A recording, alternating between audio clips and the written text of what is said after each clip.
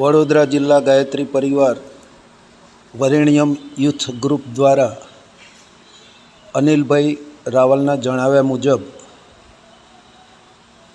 ગણેશ માટીની મૂર્તિનું સ્પર્ધાનું આયોજન કરવામાં આવ્યું। પર્યાવરણનું રક્ષણ એ વરેણ્યમ યુથ ગ્રુપ યુવા પ્રકોષ્ઠ દ્વારા સુભાનપુરા વિસ્તારની અંદર આ ગ્રાન્ડ ગાયત્રી હોલની અંદર ગાયત્રી પરિવારના જે ક્રાંતિકારી આંદોલનો છે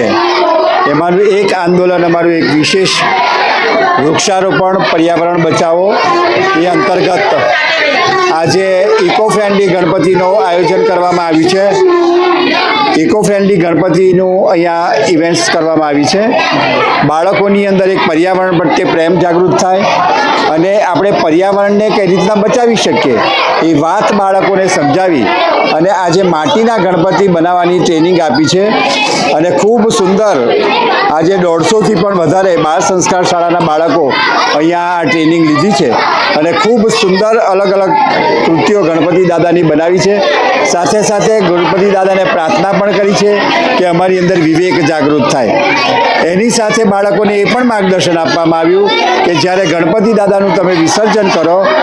2 દિવસે 5 દિવસે 7 દિવસે કે 10 દિવસે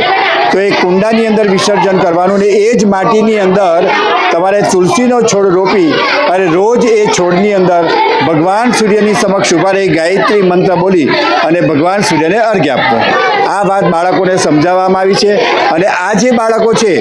અમારા ગાયત્રી પરિવારના બાળ સંસ્કાર શાળાના બાળકો છે। અલગ અલગ વિસ્તારોમાંથી આ બાળકો અહીંયા આવ્યા છે અને ખૂબ સુંદર કૃતિઓ રજૂ કરી છે। બાળકોએ એક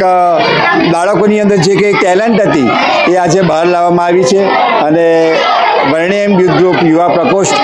સમગ્ર ગાયત્રી પરિવાર અને બાળ સંસ્કાર શાળાના સંચાલકોનો પણ ખૂબ ખૂબ આભાર માને છે કારણ કે એ લોકોના સહયોગ થકી જ અમે આ આયોજનને સફળ બનાવી શક્યા છે અને વિશેષમાં પુરોહિત પરિવાર જે છે